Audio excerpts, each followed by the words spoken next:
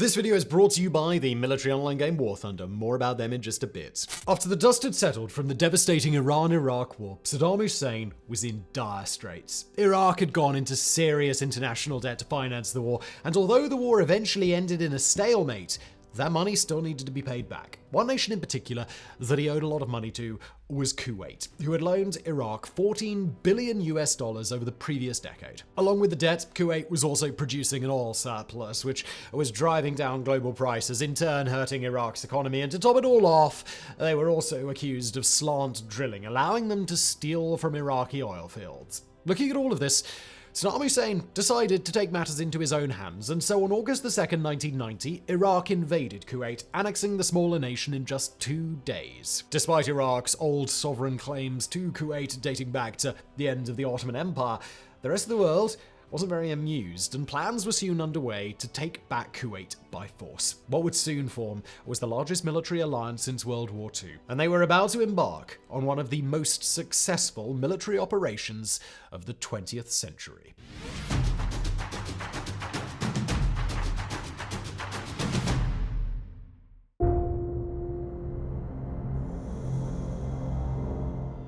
After the annexation of Kuwait, the United States began deploying troops to Saudi Arabia under what was known as the Carter Doctrine, a defensive posture to protect allies in the Persian Gulf. As US troops began stacking up, the operation became known as Operation Desert Shield, even the name affirming the fact that this was an entirely defensive move, hoping to ward off any further Iraqi aggression until the whole situation with Kuwait could be resolved. But that all got thrown out the window on August 8th, 1990, when Saddam Hussein declared Kuwait to be Iraq's 19th province and appointed his cousin as its new military governor.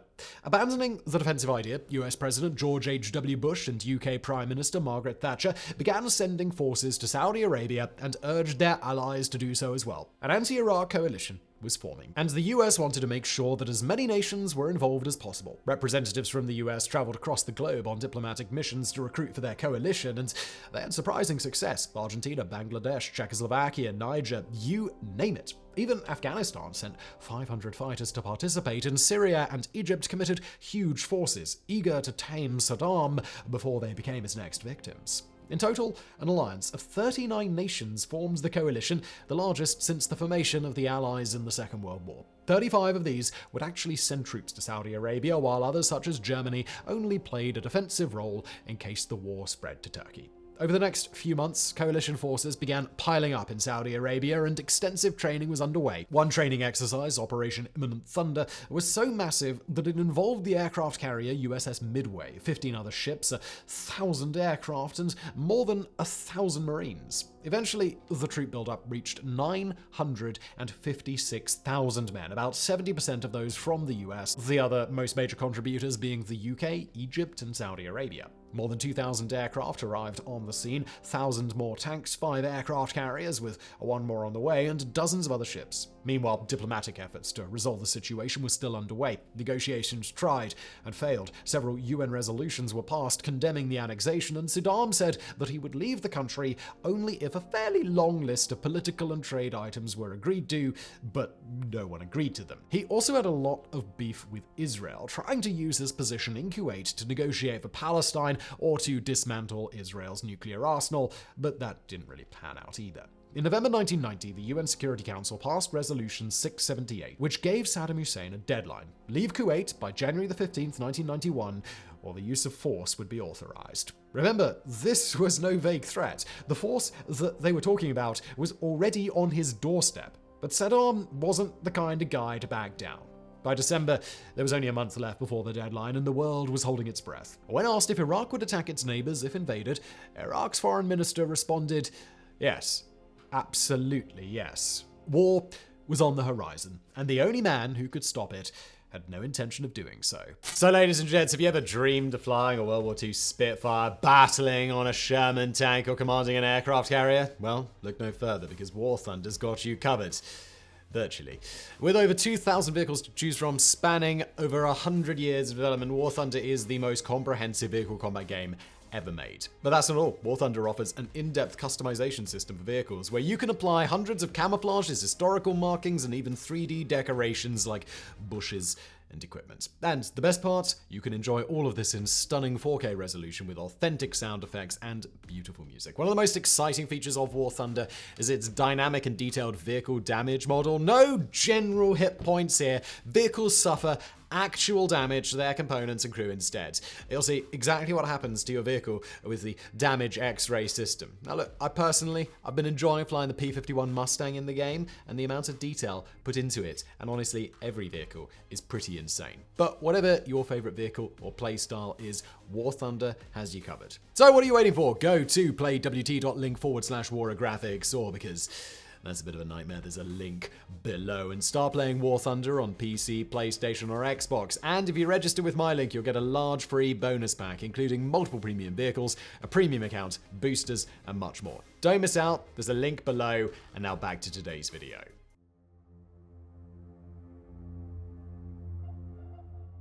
As the last diplomatic efforts failed, Saddam's deadline came and passed, and just like they'd promised, the coalition struck. The Gulf War had officially begun, kicked off under codename Operation Desert Storm. The plan for Desert Storm involved two main stages. First, an air war to achieve aerial supremacy and strike ground targets, followed by a ground invasion. The air war would last more than 5 weeks, during which coalition members would fly over 100,000 sorties and drop nearly 90,000 tons of bombs. On January the 17th, 1991, Desert Storm began with a helicopter group called Task Force Normandy. 8 Apache helicopters, led by 4 paved low helicopters, crossed into Iraqi territory and struck radar sites near the border at 2:38 a.m. These were a critical first target, as it slowed Iraq's response time to the upcoming assault. Minutes later, missiles and bombs began landing on air bases in western Iraq, courtesy of 22 F-15s. No sooner were these airstrikes underway than Baghdad was under attack itself.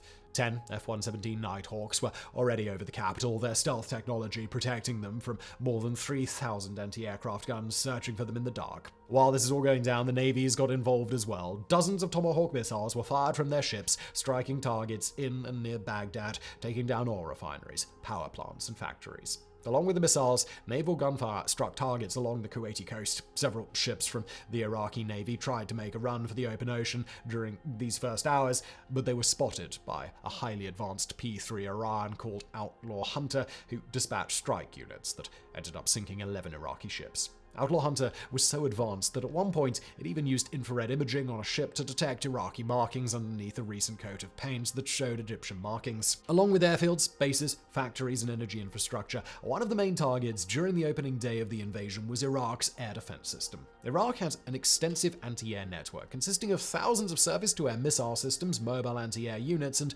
fixed AA guns, and taking these out was of the utmost priority to secure the skies. On day one, the Coalition Air Force consisted of more than 2,000 fixed-wing aircraft, and in just the first 24 hours, they ran 2,775 sorties, perhaps the most incredible of which was a group of 7 B-52 bombers, which flew all the way from Louisiana to launch 35 cruise missiles before heading back home.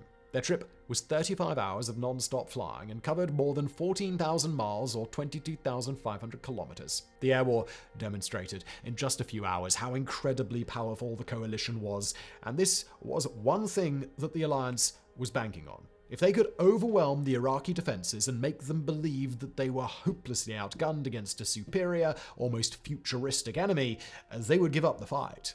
This was the whole idea behind the iconic shock and awe. If you can break the enemy's will in the opening battles, the ones down the road will be much easier. This didn't exactly work, at least at first, as despite the immense damage they were taking, the Iraqi resolve remained strong. This was especially aided by the Iraqi belief that this was a war of destiny, a final battle with the West. To hammer this home, just 5 hours after the airstrikes began, Iraqi state radio announced, "The great duel, the mother of all battles, has begun. The dawn of victory nears as this great showdown begins." But this great showdown was seriously one-sided. Iraqi aircraft stood no chance against the coalition forces, only scoring 1 kill and losing 36 in the first few days. Following these losses, Saddam knew that they couldn't fight directly in the air, so most of the aircraft were transported to hardened bunkers, and some of them fled to Iran.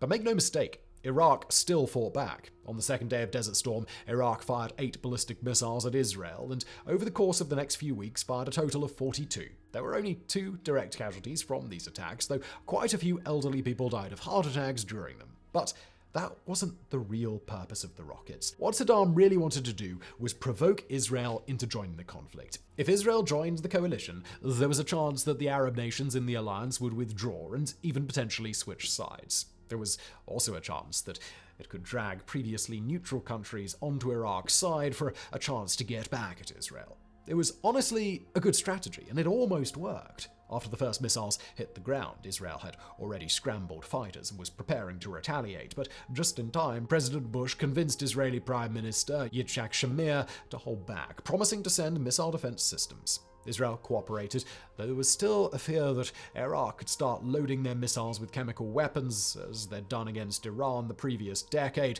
and for this reason, Israeli citizens were given gas masks and the drug atropine to counterattack nerve agents. But fortunately, such an attack never came. Israel came very close to joining the war over the next few weeks, even at one point loading up helicopters with special forces and preparing to fly into Iraq, but they were again convinced to stand down at the last moment. To minimize the amount of ballistic missile strikes, US and British special forces infiltrated Iraq on a scud hunting mission.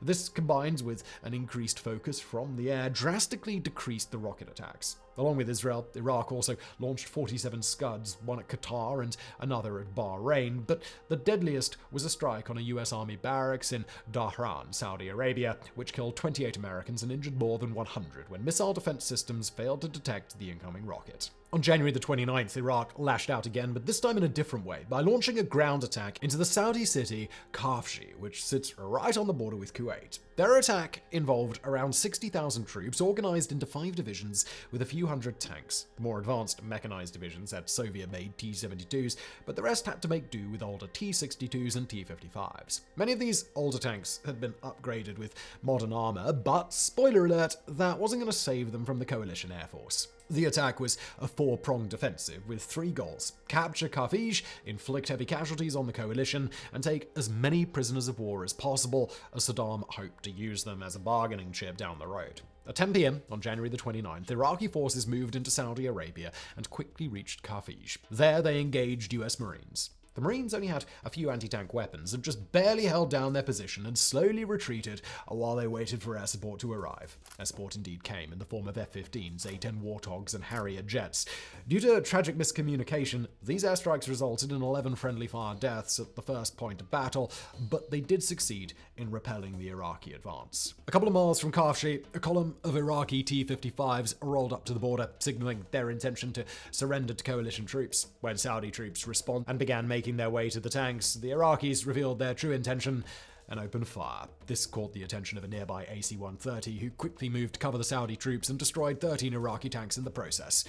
For the whole rest of the night, coalition airstrikes pummeled Iraqi columns, but it was a bit tough to drive them out of Kafshi, as the buildings obstructed the view of the tanks and there was a large risk to civilians. Coalition ground forces moved in a bit. Fighting in the street was intense, and a couple of Americans were taken prisoner in the chaos. But by the next day, the city was soon to be recaptured, and Iraqi forces were on the run. Reinforcements were on the way, though, in the form of an Iraqi amphibious assault, making their way across the Persian Gulf and hoping to catch the enemy by surprise. They got spotted on the way, however, and US and British aircraft sank 90% of their boats. By February the 1st, Kafshi was retaken. The Battle of Kafshi resulted in 43 fatalities for the coalition, 1 downed aircraft and 2 destroyed Saudi tanks. The Iraqis lost nearly 100 tanks in the operation, almost entirely due to airstrikes, which really showcased the deadly potential of air supremacy and just how powerful ground units are when supported from the sky. Despite having to retreat from the city, Iraqi morale was still boosted by the monumentary occupation of Kafshi, which was heavily broadcast back home. Meanwhile, the air war was still ongoing. Iraqi infrastructure had been decimated. The destruction of roads had prevented an estimated 400,000 more Iraqi troops from joining the front lines, and hundreds of vehicles, missile sites, and military bases had been turned into dust. Though this wasn't without collateral damage. In the 5 weeks of bombing, around 2,000 to 3,000 Iraqi civilians were killed, often in brutal circumstances, such as when a British missile originally fired at a bridge malfunctioned and struck a busy marketplace, or a US bombing of an air raid shelter with more than 400 people inside. Deaths of civilians only served to invigorate the Iraqi cause, and they grew even more determined to hold their ground against the coalition. But soon, the true test of their army was arriving. After more than a month of airstrikes, the air war was finished, and the ground invasion was about to begin.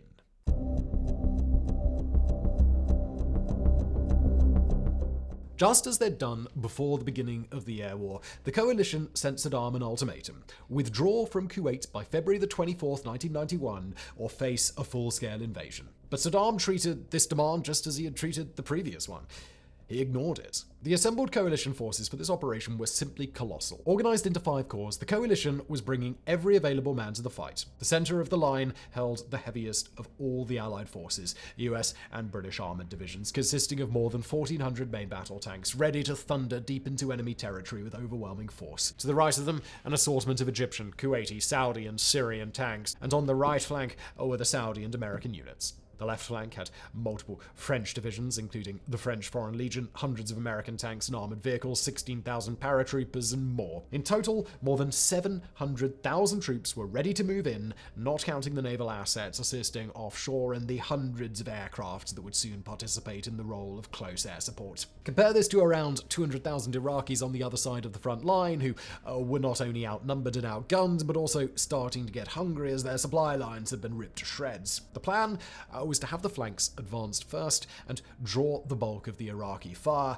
and as they pushed forward, paratroopers would land far behind enemy lines to set up a forward base for when the rest of the coalition would catch up to them. Next, the center formations would advance forward, spearheading the main assault directly into Iraqi lines. Once this had been accomplished, the whole operation would shift west into Kuwait, where the final showdown with Iraqi forces would decide the victor of the war. On February the 24th, Saddam's deadline passed, and the ground war began, originally nicknamed Operation Desert Saber.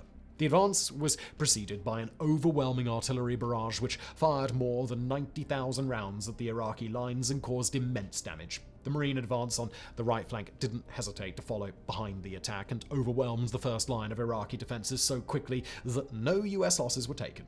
While they worked on clearing the minefields to enter Kuwait, more than 100 helicopters began airlifting the paratroopers deep behind enemy lines, flying just above the sand to avoid detection. Wave after wave of transport choppers took thousands of troops just south of their target, a base which had been codenamed Objective Cobra.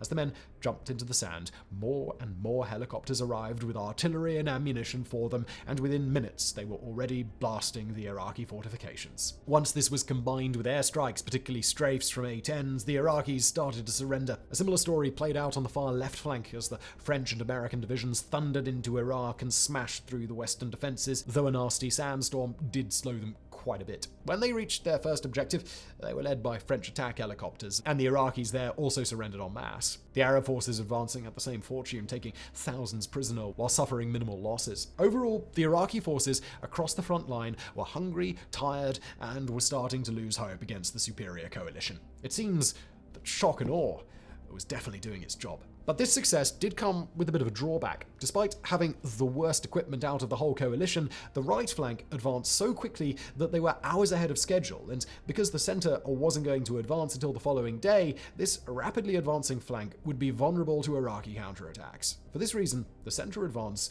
was pushed up a whole 15 hours, and the troops were given just 2 hours' notice to prepare to move. Another massive artillery bombardment prepared the way for the center units, who crossed into Iraqi territory at 3 p.m. on February the 24th. The units they encountered there were some of Iraq's best, and although they didn't surrender like their peers had on the flanks, they still didn't stand much of a chance. Hiding in trenches that dug into the sands, they watched with horror as a horizon of enemy vehicles moved steadily towards them, and instead of engaging, the coalition simply used armored bulldozers to push sand into several of the trenches, allowing tanks to drive right over them and leaving hundreds buried alive beneath them. The front line had been pulverized with little to no casualties, but the real challenge came the next day, as Iraq moved to counterattack.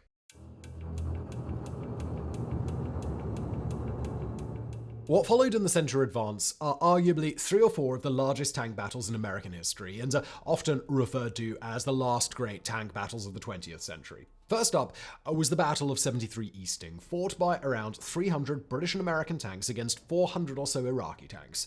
As the coalition tanks were moving through the desert, they engaged a couple of lone targets, such as a cluster of bunkers and a couple of scout vehicles, when suddenly they were faced with a huge armored force. Without hesitation, though, the coalition tanks formed up and opened fire, making excellent use of TOW missiles, which they guided into Iraqi tanks with deadly accuracy. But by the time the smoke cleared, only a single coalition vehicle had been destroyed, an M2 Bradley. 6 people had been killed and 19 wounded. On the Iraqi side, though, 160 tanks had been destroyed, along with 180 other armored vehicles, amounting to more than 1,000 casualties. In addition, more than 1,300 prisoners were also taken in the aftermath of the battle. The next day saw the Battle of Medina Ridge, where once again hundreds of tanks faced off against each other. This time the coalition lost 4 tanks, a few armored vehicles and 2 helicopters, but Iraq lost nearly 200 tanks and more than 250 other vehicles. These were simply unsustainable losses, and then it happened again. The Battle of Norfolk, fought on February the 27th, was unbelievably massive, with 550 Iraqi tanks destroyed along with more than 400 other vehicles. You might think by now that there would be literally nothing left in the Iraqi army, but there were still a few thousand vehicles rumbling around. These ones, though, were retreating out of Kuwait. Knowing that the war was a lost cause, Iraqi armored divisions began the drive back to Iraq on Highway 80. The same highway that they'd used to invade Kuwait in the first place. When the coalition noticed this escaping convoy, they struck immediately, using airstrikes to disable the lead and rear tanks, trapping the rest in between. A traffic jam of thousands of military vehicles had been turned into nothing more than sitting ducks for coalition aircraft. Between the 25th and the 27th of February, dozens of bombing runs blasted the convoy, shredding them with every munition available. The results were so gruesome that the road had earned the nickname the Highway of Death. Nearly 3,000 destroyed vehicles and well over 1,000 casualties. Eyewitnesses reported scores of charred corpses, blood covering the sides of the road as people were hit trying to flee, and stolen Kuwaiti goods were littered about as the occupiers tried to take home some of what they'd pillaged. It remains an incredibly controversial attack, with some saying that it was a disproportionate use of force, or that they were retreating in accordance with the original UN resolution, but the US military still stood by their actions, saying that there was a great deal of military equipment destroyed, and that there were no signs of refugee casualties, as posited by some journalists. Also, the casualty numbers may not be as high as originally thought, as post-war investigations found that most Iraqis had learned to simply flee their vehicles the moment they had aircraft above them.